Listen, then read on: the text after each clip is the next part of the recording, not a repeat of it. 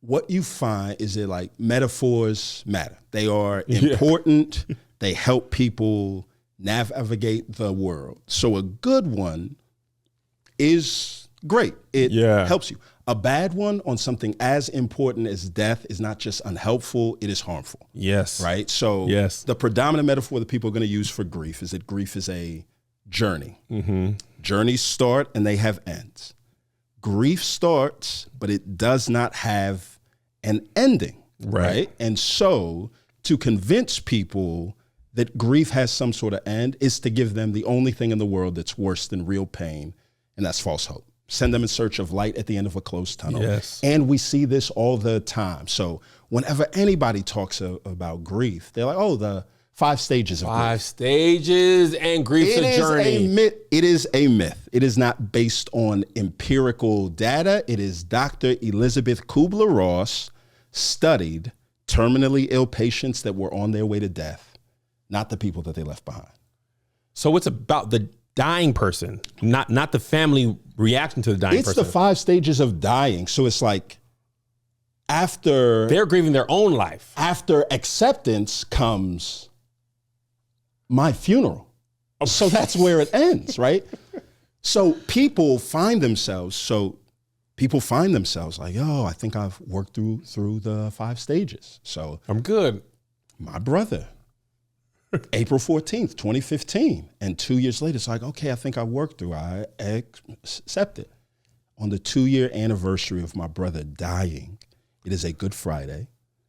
My daughter, who was born premature, that's been on a breathing machine, takes her first unassisted breath on the day that my brother took his last breath.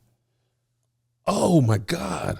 And now I'm crying. And now I'm mad at everybody.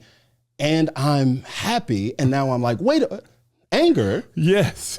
I passed that exit, right? Yeah. So it is this like, bro, the 5 stages are a custom suit made for breathless bodies. Wow. So what I'm stealing a lot of your stuff. Take it. Brother. It is written down. It is online. Text it to me. Royalties will be paid. But I use the analogies like grief is like tearing your ACL. And then being able to play a full game 2 days later, and then not being able to walk one day, you're like healing and then not healing. You feel great. You feel terrible. You've regressed. Yes. You can run a mile. And it's like, I don't even know, am I healed? It's just, not only is it non-linear, it doesn't make sense. I remember crying one time. I was going through my Facebook looking for a picture of my son for a thing. I don't know, project or whatever. And I found a picture of me and my son. My son is 17 now. Yeah. Right. And this was like a few months ago. Yeah. Find a picture of me and my son when he's like 2. I'm holding him, giving him a kiss. John, I burst into tears because I'm like, my brother won't be able to hold him again as a baby.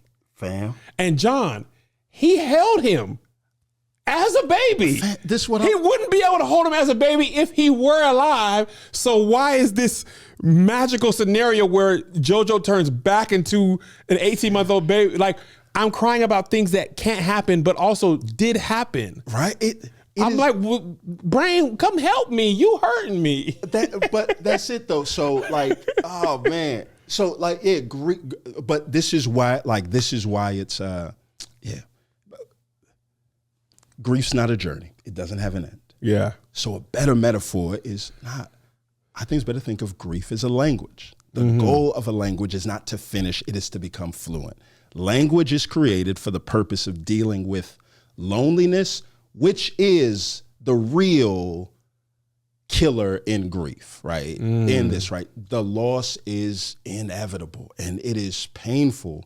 But then with that loss, it's like, I'm trying to find somebody that can at least like be with me in this like loss, and nobody knows what to say. Nobody. Sorry for your loss.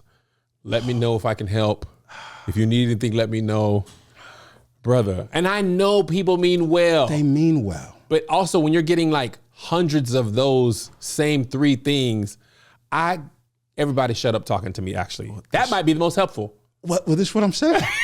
Just shut up talking to me. Because I can't even deal with what you don't know. I don't know what to tell you. And I also feel like I owe you a response because you reached out, but I ain't really in the place to respond. And I'm also like, sorry for your loss. Yeah, let's just. But I can't deal with that right now either. Right. So just everybody shut up. Yeah. With respect and love. Man, that was the first thing that changed for me. Yeah, I love impact. I used to text messages are clean, mail is clean, but now it's like niggas text and it's like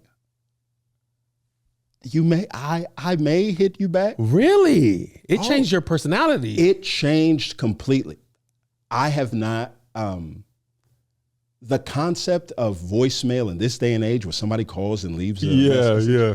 I have not listened to a voicemail since 2021. It's just. Did you hear about your brother from a voicemail? No.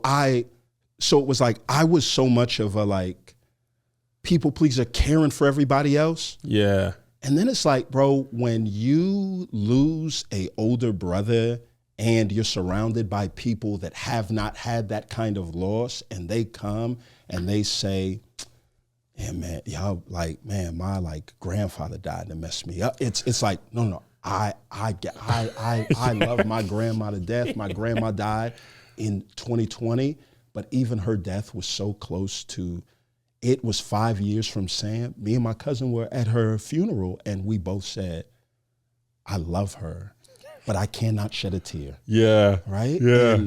But it just put me at a point where it's like, this is what made me the most mad. I'm outside a Longhorn Steakhouse when I find out that he dies. Mm-hmm. And I'm like screaming into the phone, he's dead? He's dead? And then I have to call my mom and my dad and my 3 brothers and sisters. And I say the word Sam's dead 10 times to the 5 of them, because the first time I say it, they all say what? And I'm like, the world is stopping. Oh my God. And I have to walk back into the Longhorn Steakhouse to get my stuff and go. And this is what made me the most mad. Niggas are still eating. Oh. They're eating their steak. And I just wanted to grab the fork and be like, do you know what stop. John. I need everybody to stop. The world should not function. I feel I had that moment at his funeral. I went outside. First of all, I had that same moment. Right. I didn't even realize till you said it.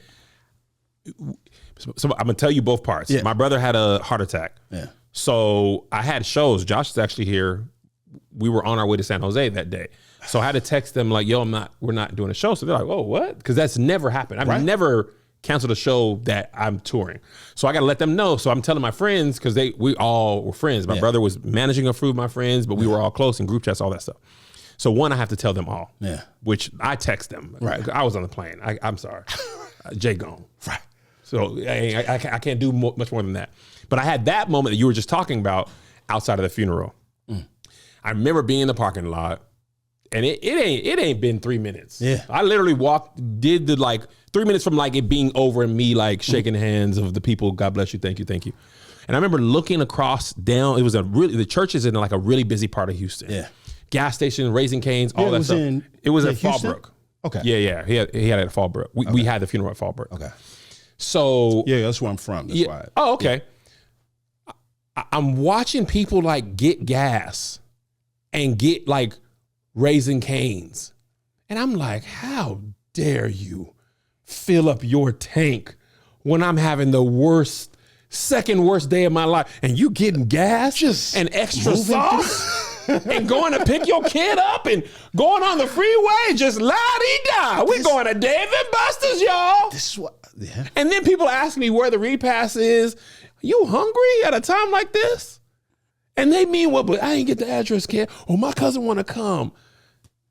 And outwardly, I'm like, yes, here's the address. Oh, you got to. But internally, I'm like, nigga, y'all finna be eating chicken. And then at the repass, these niggas going ham on chicken. You just, who and then y'all this? are talking and laughing about everything how else. You got an appetite? This nigga cold and dead. This is what I'm saying. You got an appetite? You talking about, man, who made the potato salad? This is what. Have you tried this? We got hot honey over here, Kev. You want a plate? No, I don't want a plate. And I'm 270. I usually do want to play. But I ain't had no appetite that day, John. Damn. So you know something wrong. Damn. But it felt so unfair. And then I get home and my mortgage is due. And I'm like, are you unaware They're like greatly unaware. Do you want to live in this house That's what I'm in saying. October? Damn. So, bro, I did want the world to stop and acknowledge my personal pain.